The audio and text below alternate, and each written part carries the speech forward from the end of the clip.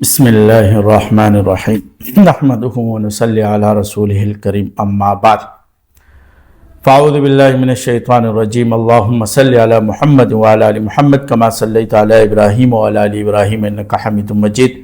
اللہم بارک علی محمد وعلی آل محمد کما بارکت علی ابراہیم وعلی آل ابراہیم انکا حمید مجید۔ آپ لوگوں کے سامنے آپ صلی اللہ علیہ وسلم کے والدین کے ایمان کے بارے میں 3 مسالک بیان کیے تھے۔ ان میں سے پہلا مسلک فطرت کا تھا، دوسرا مسلک دین ابراہیمی پر ہے، اور تیسرا مسلک یہ ہے کہ آپ صلی اللہ علیہ وسلم کے والدین نے ایمان لایا آپ صلی اللہ علیہ وسلم پر۔ یہ والا مسلک کافی ائمہ نے اس میں بھی اس مسلک کا اختیار کیا ہے۔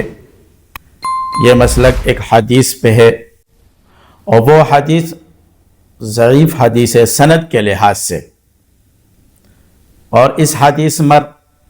محدثین نے جیسے علامہ ابن جوزی رحمۃ اللہ علیہ نے اس حدیث کو موضوعات میں لکھا ہے، لیکن اس پر بہت سے محدثین نے علامہ ابن جوزی رحمۃ اللہ علیہ سے اختلاف کیا کہ علامہ ابن جوزی رحمۃ اللہ علیہ نے اس حدیث کو موضوعات میں لکھا ہے، یہ ان کی تسامح ہے، یعنی یہ ان کی غلطی ہے۔ اسی طرح علامہ ابن جوزی رحمۃ اللہ علیہ کے بہت سے تسامحات ہیں، ابن صلاح نے علوم الحدیث ان کی کتاب ہے، اور اسی طرح دیگر محدثین نے بھی ان کے کافی تسامحات جمع کیے، اور ان کی صحیح جو حدیثیں ہیں جو سند کے لحاظ سے بھی صحیح اور حسن حدیثیں ان کو بھی موضوعات میں لکھا ہے۔ شیخ الاسلام ابن حجر عسقلانی رحمۃ اللہ علیہ نے اس کے اوپر ایک کتاب بھی لکھی جس میں مسند امام احمد کتاب ہے،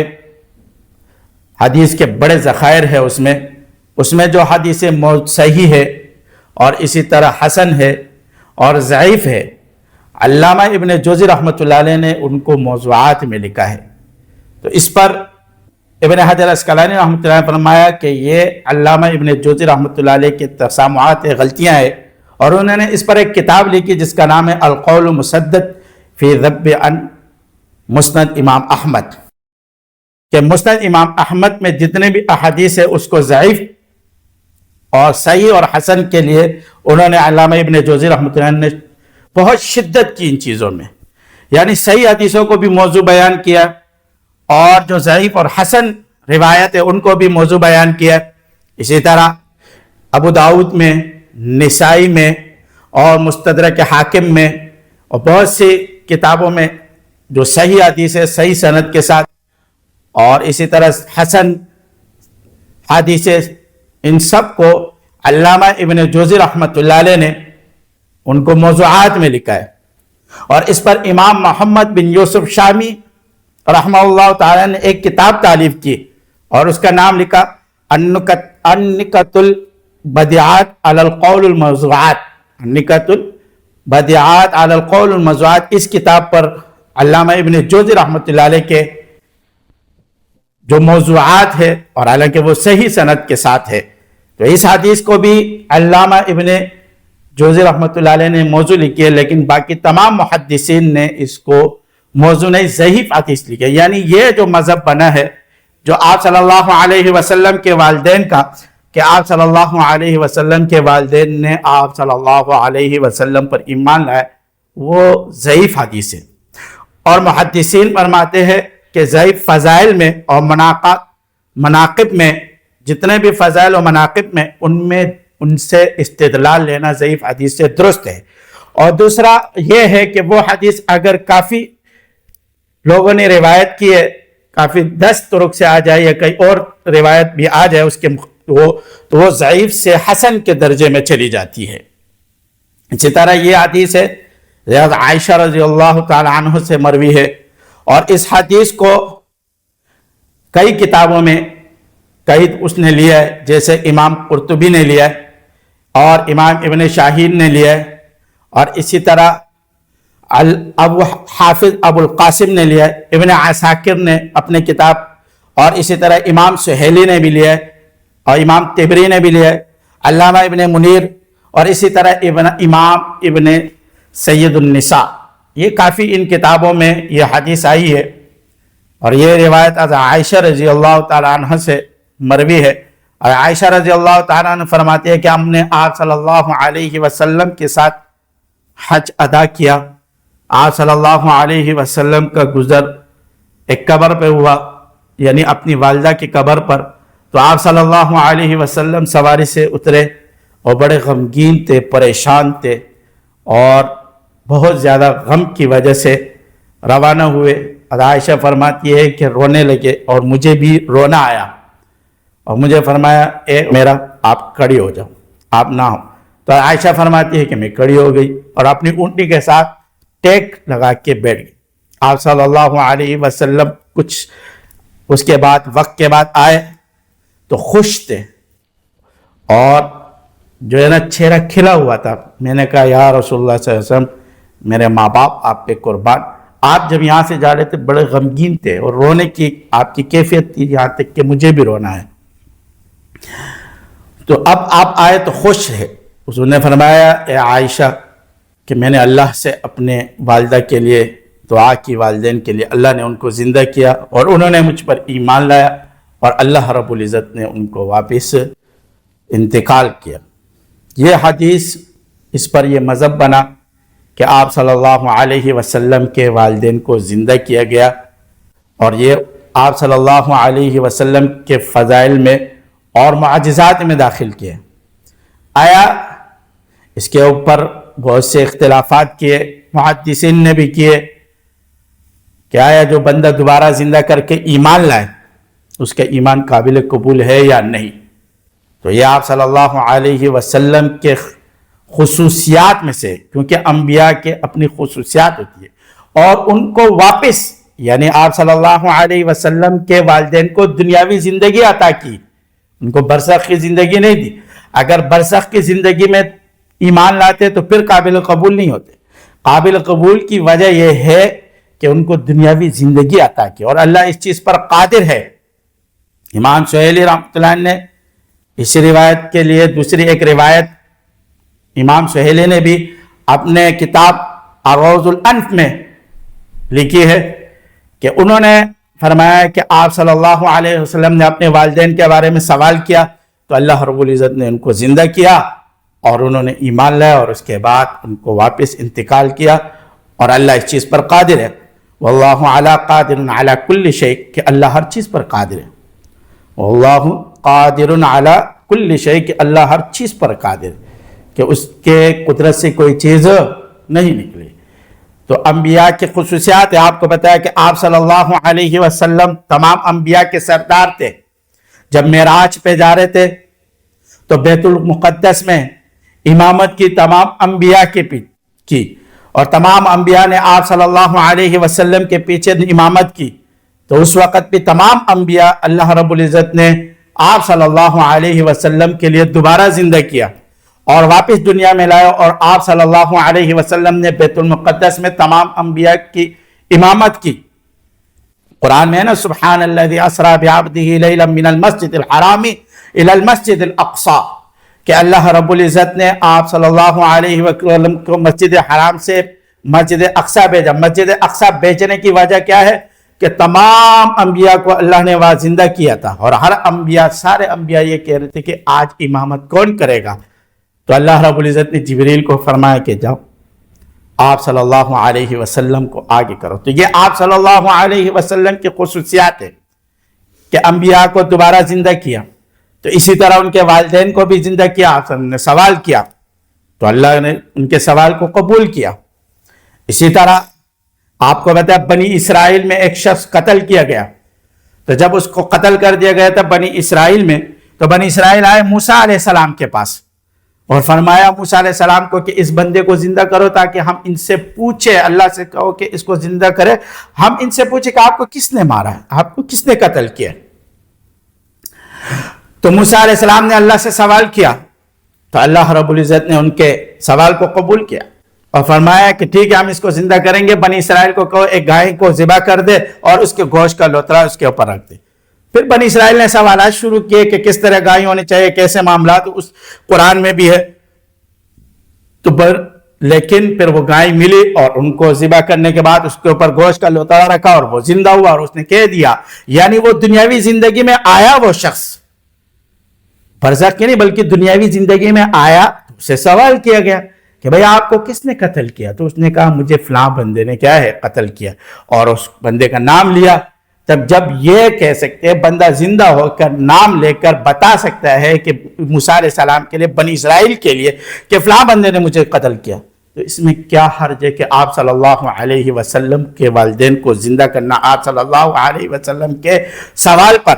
ان کو زندہ کر کے واپس وہ ایمان لائے آپ صلی اللہ علیہ وسلم میں. اسی طرح عیسیٰ علیہ السلام بھی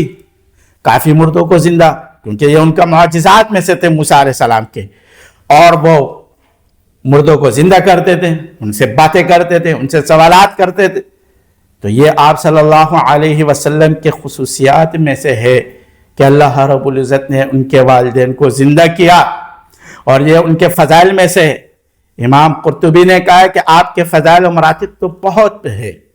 اور ان کے فضائل میں سے یہ ایک بڑی بڑی فضیلت یہ ہے، جب بنی اسرائیل کے لیے اللہ زندہ کر سکتے تو آپ کے لیے بھی کیا ہے، زندہ کیا جاتا ہے. اور اسی مسلک کی وجہ سے، اسی احادیث کے اوپر ہم نے آپ کو بتایا کہ یہی حدیث کی وجہ سے اس کے اوپر یہ مسلک بنا. اگرچہ بعض فقہا، علماء، بڑے بڑے فقہا اور محدثین نے فرمایا کہ یہ جو مسلک ہے یہ قوی نہیں ہے. قوی جو مسلک ہے وہ آپ کے سامنے پہلے بیان ہو چکے ہیں، پچھلے ہم نے آپ کو ویڈیوز میں بیان کر دیے کہ اس میں بھی بڑے بڑے جیسے امام ابو حنیفہ رحمۃ اللہ علیہ، انہوں نے فرمایا کہ فطرت پر انتقال ہوا ہے.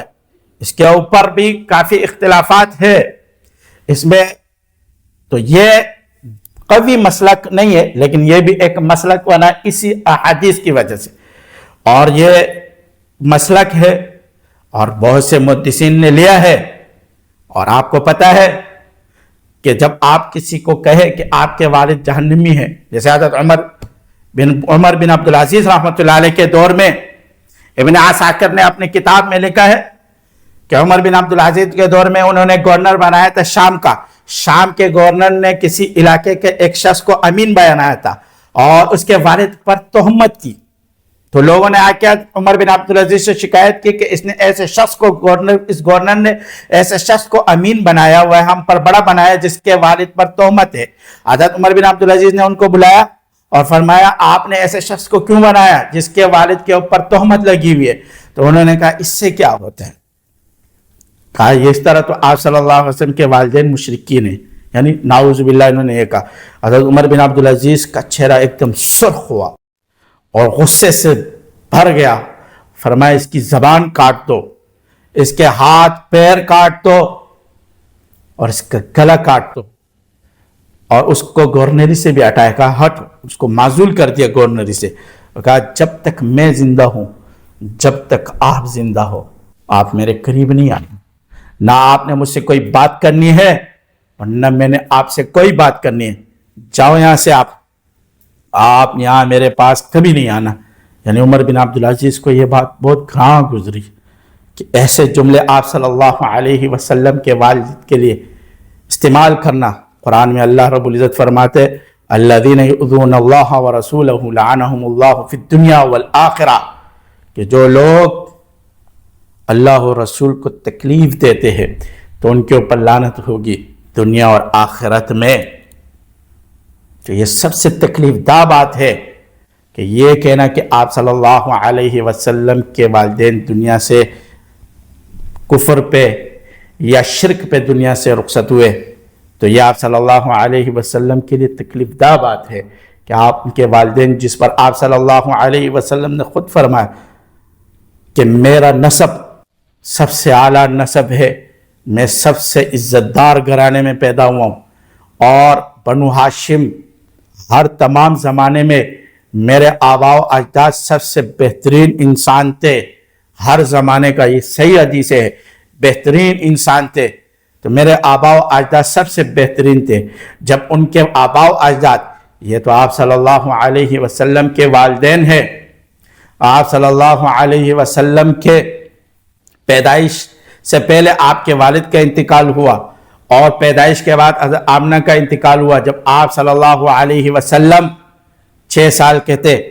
یعنی نبوت کا زمانہ نہیں پایا، کیونکہ نبوت کا زمانہ جس نے نہیں پایا تو وہ لوگ فطرت والے زمانے میں تھے، کیونکہ آپ صلی اللہ علیہ وسلم کو 40 سال کے بعد نبوت ملی۔ 40 سے پہلے آپ صلی اللہ علیہ وسلم کو نبوت نہیں ہوئی، تو جب نبوت نہیں ملی تو وہ پہلے گئے، تو اللہ رب العزت نے آپ صلی اللہ علیہ وسلم نے سوال کیا تو اللہ رب العزت نے ان کو زندہ کیا، اور یہ حدیث کے راوی کافی موجود ہے، تو اس لیے اس کو حسن کے درجے میں قرار دیا جاتا ہے۔ اور امام سہیلی نے جو حدیث بیان کیے وہ بھی یہی حدیث ہے، اس میں دونوں والد و والدہ دونوں کو زندہ کیا گیا، اور اس کو علامہ ابن جوزی نے موضوعات میں نہیں لکھا ہے اس والی حدیث کو، یہاں تک کہ بہت سے محدثین نے اس روایت کو، یعنی آئمہ نے اس روایت کو صحیح قرار دیا ہے، اور یہ ماقبل والے کے لیے ناسخ قرار دیا ہے، کہ یعنی یہ روایت صحیح کے درجے میں ہے کہ آپ صلی اللہ علیہ وسلم کے والدین کو زندہ کر دیا گیا اور ان کو زندگی میں واپس لائے، ایمان لائے۔ تو یہ خصوصیات نبی ہے، جیسے آپ صلی اللہ علیہ وسلم کی خصوصیات ہے 11 بیویاں آپ صلی اللہ علیہ وسلم کی خصوصیات میں تھے، حالانکہ ہماری امت کو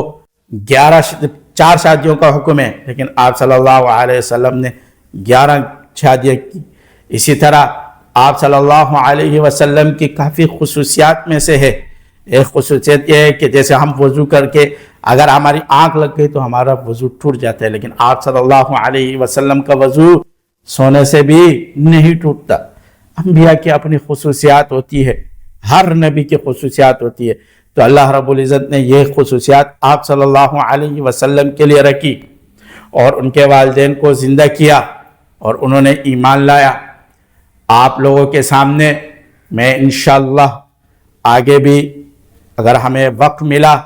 تو اس کے اوپر انشاءاللہ ہم آگے بھی کوئی ویڈیوز دلائل کے ساتھ سامنے رکھیں گے، اور اللہ رب العزت سے دعا ہے کہ اللہ ہمارے لیے یہ چیز آسان کرے۔ وآخر دعوانا الحمدللہ رب العالمین۔